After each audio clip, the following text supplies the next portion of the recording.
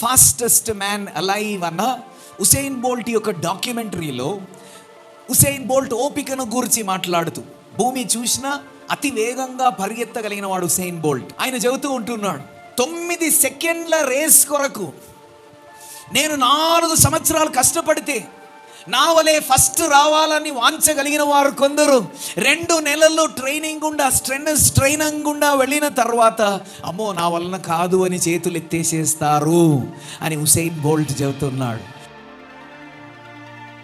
ఏ marathon అయినా మీరు చూడండి, గెలిచేటోడు ముందే మొదట్లో ఉండడు. ఉన్న బలం అంతా వెంటనే ఉపయోగించడు, దాచిపెట్టుకుంటాడు తన బలాన్ని. ఓపికతో కూడా పరిగెత్తుతాడు. ఈ విశ్వాస పరుగులో జట్టి అయిన వానిగా, క్రమశిక్షణ కలిగిన వానిగా, అలవాటు అలవర్చబడిన వానిగా పరిగెత్తుతూ ఉంటున్న నీవు ఓపికతో పరిగెత్తాలి.